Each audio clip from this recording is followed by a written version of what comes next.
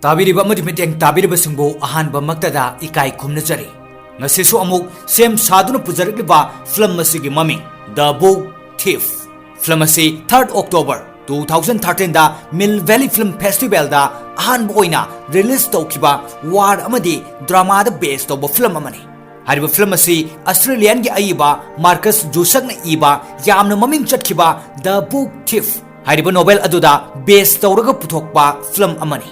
Lairik asigi copy 16 million yonduna novel asina international best seller ama oirakkhibata natana tongan ba prithibigi language humpu humdoida translate tawduna puthokre. Pare adudi mayam film asigi wari paringda pungning changminarase. Film asigi ahuba senda awangba lesil marakta asiba amagi thawain hairi. Miyoibagi punsi asi loiba naiba punsini. Kanagumbana fana kanna honarabasu nongmadi soidana siragadabani. Adubo aigi wa oinadi punsigi lambida thengnaba khudingmak akiba yaudana panthung tamna chatkadabani. Hello friends. Hojik IPL gi season lakle. Masigi IPL season asida register khaktan tobo matamda free bet oina lupa yankai mathoi fangbigani. Hey cricket fans, this season is on fire. Ahanba deposit tobo matamda lupa lising kun mga fawagi bonus su fangba yai. 24/7 live customer support ka loinana match khudingmak free da miteng tabiyo. Aduga pukning hurba pricing haibadi high speed laptop OnePlus 9 Pro mobile amadi Galaxy Watch na chingbasinge winner oibigi khutong chaba lowbiyo. Adongge isagi khoida jabati mama sembiduna yamna chauna mai pakpiyo. Loinana adongge apamba payment method ama hekta sizinaduna deposit tobo matamda 60 rupees ke cashback so fangbigani. Maramasina thinthadana comment section da pin tawriba link asida sangshin biro. Mathangi sinda train ama unna pungong ngauba mafam amada thorami. Train adugi manungda film asigi main character oiribi nupi ama yaurami. Nupi asigi maming Liesel kawi. Matamasi Nazi Germany World War II gi matam oirami. Liesel na mahakki manaw nupagi asiba adu train da thengnarami. Makoina mafam amada kumhauraga Liesel gi manaw nupa adugi mathau mangam pangthoklami. Mathangi sinda 1938 ke matamni. Liesel car da famduna German gi unna kupsinba mafam amada chatlami. Liesel na chatliba adu foster parents haibadi macha amata fangjadaba Liesel bu macha sakna yokpigadaba mafam adudani. Liesel gi ayokpi mamagi maming Rosa kawi. Aduga ayokpa mapa adugi maming na Hans kawi. Makoi mayumda yawraklami. Mathangi numita Hans na musical instrument khongduna leiringai Liesel kumtharakpada good morning hain hairami. Rosa na Liesel da aingonda mama haina kaugadabani aduga Hans tana papa kaugadabani hairami. Ngaihak leraga thong thilaklami. Thong adu hangbada nupa macha ama leirami. Hariba nupa macha adugi maming Rudy kawi. Asumna matam khara leiraga Rudy Liesel gi best friend oirami. Liesel na Rudy ga loinana school chatlami. Makoi anina school adu yauduna class da changlakpada angangsing adu ojagi mamangda pumnamak leptuna leirami. Oja aduna Liesel da maming hanglaga chok ama pirami. Maramdi chok aduna board da maming inana bahaiduna. Liesel iba paba mata hiramde. Maramasina Liesel na cross ohum yeklami. Madu uraga Liesel iba paba haite haiba khanglami. Maramasina Liesel da angangsing aduna yamna nuknarami. Oja aduna angangsing adu tuminna lainana bahairei.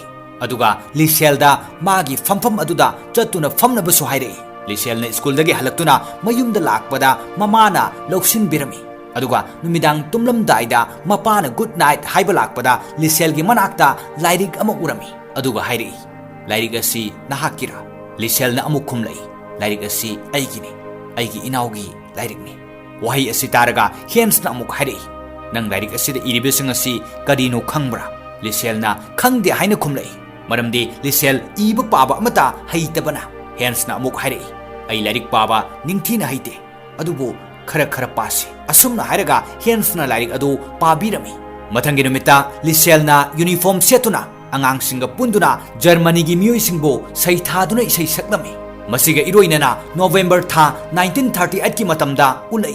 Army singna market ta mingsel kaya thugaiduna praja miyamda fuduna ot nairami. Lambi singda che mayam tarami. Yum amada mapandagi thong thilaklami. Yum adugi manungda nupa ama leirami. Mahaki maming Max kawi. Mahak Jiuni. Yum adudagi mahakna lona tholaktuna laklami. Mathangi sinda amuk Liesel na lairiba yum adu ulai. Hans na Liesel bu lairik paba tambirami. Aduga hairi. Nahak aingonda wasau. Madudi aina siraba matungda aigi ithau ingam niyom chumna pangthokani haina. Asumna Hans na Liesel da hairaga Liesel dagi lairik adu lauraga Liesel da amuk hairi. Law aiga sida chatlusi. Aina nangi surprise ama thame. Asumna hairaga Liesel bu makut samdun puraga faklangda alphabet amasung wahi kaya iraga laiba adu uhalami. Aduga amuk Hans na chok ama piraga hairi. Masi dictionary ni. Nang iningbasing adu iyo. Wahi asitabada Liesel yamna harau jarami. Aduga hairi. Thanks papa. Tanja aduda misak ama laktuna thong thilaklami. Amasung Hans bu kaubu laklami. Hans na Liesel da kauduna hairi. Liesel sasalo. Natrabadi aikoi peret yengba nang mahuraroi. Matang sida peret haribasi festival amagi mamingni. Ahingi matamni. Mafam adugi miyoising punsinduna lainerami. Maduda army officer amana wangang lai. Madudi National Socialist Revolution gi matamda aikoi gi nation asi hanthaba yaroi. Aikoi gi determination asi morally amasung intellectually asina sengdokkadabani. Education, theater, literature, film amasung press pumnamak asi supporting pillar ngaktani. Masina aikoi gi nation asigi personality bo masak takpa ngamgadoribani. Aikoi na mafam asida puliba asigi maramdi intellectual dirt asidagi ningkha tamnabagi damaktani. Asumna hairaga lairik mayam ama paisenduna mai thadoklami.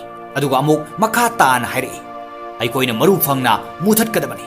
Maramdi chahi kundagi Germany da sokhanduna laklibani. Aikoi na yeknabasinga lal oiribasu ngamdribu fawba thengnaduna tungi khalaga leigadabani. Wahi singasi Liesel na munna tarami. Mayam pummak amata oina launarami. Officer aduna jiu singbo tumna hatkadabani hainasu hairi. Mafam aduda leiba mipum khudingmakna makut tingthoktuna leibak ningba isei saklamlaga mafam adudagi hannaki. Liesel na mai chakliba lairik sing adugi maraktagi ama khullaga lonna masada yepsilami. Tanja aduda Hans Liesel gi manakta laklaga hairi. Aina nangonda church ta laklaga mafam aduda unasi haikiba natra. Wahi asi taraga Liesel na papa soikhre haina hairi. Mafam khuding lairik ki chi sing chaidun leirami. Liesel na Hans ka lakminnabada lok khuraklami. Maramdi mana lairik achakpa ama masada yepsinbagi. Hans na pumnima khanglami. Adubo Liesel da kari amatadi hairamde. Adugo Liesel da amuk hairi. Aikhoine lairik asigi matangda kana amatada khanganba yade. Nangi lairik pafum aduda puduna lairik asi pase. Wahi asi taraga Liesel yamna haraurami. Aduga hanglai. Aigi imado communist oirabra. Hitler na imaga aiga lapna halibra. Hitler na aigi imabo hatpi kibra. Ai Hitler bu pamde. Yamna tukachai. Wahi asi taraga Hans na Liesel da hairi. Nang na hairi bawa ado atopa kana amata da hairun. Asumna hainaraba matung makoina mayum halaklaga Liesel na lona purakiba lairik adu lauthoklami. Lairik adugi maming The Invisible Man kawi. Lairik adu haije Wells na iba lairik ni. Tanja aduda yum adugi thong thilaklami. Thong adu hangbada Max oirami. Max jiu amani. Maramasina yamna kirami. Amasung Max na mating nirei. Matawadu uraga Rosa amasung Hans da yum adugi mathakta kana na bahairami. Hans na Liesel da hairi. Max ki mapa adu lal taunabada sikre. Max ki mapa na aibu kanbirambagi hinglibani. Maramasina makoigi laman aingonda tolibani. Liesel nang aingonda wasaktuna hayo. Max ki maramda kana amatada haidokloi haina. Wari asi taraga Liesel na Max ki maramda kana amatada haidokloi haina promise tawrami. Mathangi numita Liesel school da chali. School matam loiraga Liesel na Rudy ga loinana school dagi halaklami. Asumna Max na tumlingaida makuta lairik ama paibu ubada Liesel na lairik adu laurami. Liesel na Max tagi lairik adu laubaga Max mikap thoklaklaga Liesel da hairi. Nahak masigi maramda khangningbra. Wahi asi taraga Liesel na lairik adu handuna pirami. Aduga hanglai. Lairik asi kanagi maramda ibano. Max na hairi. Lairik asi Hitler gi maramda ibani. Wahi asi taraga amuk Liesel na khumlai. Nahak Hitler dagi kiduna lotlibra. Nahaki imabusu makoina harkrabra. Max na Liesel gi wahang taraga khumlai. Nate ai Jews ni. Mathangi ayukta Rosa na Liesel gi manakta laglami. Aduga phi sunaba khara piraga yum amada pirunaba hairi. Liesel na phi sing adu Rudy ga loina duna puraga yum aduda laglami. Yum aduda Ilsa kaubi nupi ama leirami. Ilsana Lieselbu yum aduda kaushinduna library da pusilami. Ilsana khangba mali madudi Liesel si iba paba yamna pamjai haiba adu. Liesel library manung aduda yamna haraujarami. Aduga The Dream Career haiba lairik ama lauthokhtuna yenglami. Tanja aduda Liesel na Rudy yum adugi mapanda mabu ngaidun lei haiba ningsinglei. Maramasina Liesel na Ilsada chatlage hairamnaga thoglakpada Ilsana Liesel da hairi. Nahakna karigumba lairik paninglabadi mafam asida nangna pamba matam ama hektada lakpa yagani. Mathangi sinda Max ulai. Hans amasung Rosa Max lakpadagi yamna mipainarami. Maramdi lanmi singna khangkigadra khanbadagi. Liesel mayumda halaktuna faklangda wahi khara irami. Madu uraga Max na hanglai. Wahi singasi nahakna kadaidagi thengnarakpano. Liesel na ahanbada fagi oina haidokpu yade haina hairi. Adubu aroibadadi Liesel na Max da hairi. Aina mafam amada lairik paba chali. Mafam adudagi aina chinfa purapani. Ngayhak leiraga Max na Liesel da lairik ama gift oina pirei. Aduga hairi. Aina aigi religion dagi khangi. Madudi ahingba ufal wapal amasung uchek waya pomnamak asi makhoi gi pandam amagidamak hingnaribani. Asumna matam kharagi matungda ayingba matam yauraktuna untaraklami.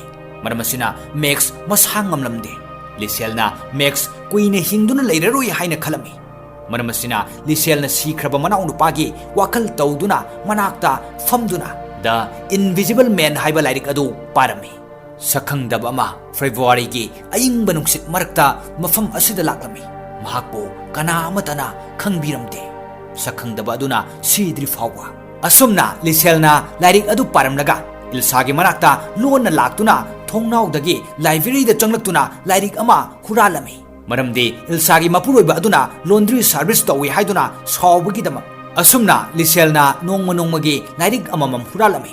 Maduda Liesel gi best friend Rudy na khanglaklami. Madudi Liesel na lairik adu wairikpani haina oidaba hairami. Aduga Liesel na Rudy da Max ki maramdasu hairami. Mafam aduda polising toina laktuna jiusing lakpra haina yengsilami. Maramasina Liesel gi imungi miyosing yamna section leinarami. Ahingi matamda polising laktuna miyoy kudingmak kauthoktuna check tawrami. Hans Rosa amasung Liesel mafam amada lotlami. Max na yum adudagi thoklaklaga akoibasing yengduna yamna haraujarami. Mahakna atiyada yengkatuna thawan michak yenglingaida mafam aduda police gari laklami. Maduda Max na chenchinduna rolami amasung mahakna lepke. Madudi ngasi nong hek ngalaga ay yum asidagi chatkrage. Ayna maram oirega yum asida khudong thiba nanglagani. Max chatkragani khanbada Liesel yamna nungairamde. Asumna mathangi numita Max yum adudagi thoktuna chatke. Liesel yamna nungaitana kaplami. Aduga Hans amadi Rosa su wakal wanarami. Mathangi numita Liesel gi best friend Rudy elite training gi khalaklami. Training adu summer gi matamdagi haugadoribani. Hans su army khalakpagi post phanglami. Liesel na nungaitana hari mi kutingmak chatnakre. Rudy su chatkragani. Wahi asi taraga Hans na Liesel da amuk hari. Nangna namagi mating pangduna senagadabani. Asumna hairamlaga Hans su mafam adudagi chatki. Asumna matam kaya haukraba matungda Liesel na steer da lairik ama paiduna famlami. Tanja aduda ranger singi van laklami. Van adudagi Hans su yauraklami. Liesel na Hans su urga yamna haraurami. Aduga sensinduna papa haina kauraga konsilami. Hans mayumda changlaktuna Liesel ga wari sanarami. Liesel na hairi ai Max ki khanbada yamna nungaite. Mahak kadaida leramgani. Wahi asi taraga Hans su nungaitana khumlai. Aisu mahaki khanbada yamna nungaite.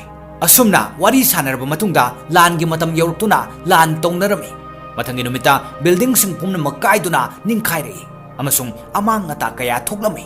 Asiba hakchang kaya tarami. Police amana asokpi nupi macha ama fanglami. Nupi macha adu Liesel oirami. Liesel yamna soklami. Mahakna kyan tarakpada yamna kina mama mapabu thamoi sokna kaurei. Adubo mahakpu yokpiba mapa mama amasung Rudy lan aduda pumnamak siki. Liesel mafam aduda wantharami. Ngayhak leiraga gyan tarakpada mahakna lairik ama fanglami. Tanja aduda Ilsa mafam aduda kar amada laklami. Liesel na Ilsabu uraga sensinduna konsinki. Mathangi senda chahi anigi matungda ulai. Liesel tailor dukan amada thabak tawrami. Tailor dukan adu Rudy gi mapagi dukani. Dukan aduda Max laktuna leplami. Liesel Maxbu urga yamna haraujarami. Liesel Max ki manakta sian sinduna harauna kolami. Mathangni sinda 1945 ki matam ulai. Matam aduda United States ki lanmi singna Germany bo lawsilami. Film asigi aroiba sinda ahanbadu utkiba leichil adu amuk ulai. Aduga asiba amagi thawaina amuk hairi. Aina angakpa kaya ukre. Aina malemgi tamthiba khongjel dasu chatlure. Adubo miyoi amata hingduna adum leiba yade. Aroibada asibagi lambida loinamak hanki. Aina aroibada Liesel gi manakta halakpada yamna haraujaki. Maramdi chahi marifu tara asi mahakna mahaki punsi adu yamna mamal leina lenjaki. Asumna Liesel gi warina miyoi kaya gi thamoibo pelanki. Max ki friendship matam sangna Liesel ga nungaina makal mathel kaya gi punsida khongloi oiduna macha ahum phangjaki. Hans amasung Rosana Liesel bo phangjaki ba adumna. Adubo aroibada kari amata lemhongde. Asibana khongloi oiduna wari tamak ngaihowi. Asumna film asi matang asida loisinki. Mathangi nungairaba film amada mayam punna amuk thengnaminasi. Ngasigi oinadi pomnamakpu ikai khumnajaraga matang asida tension jari.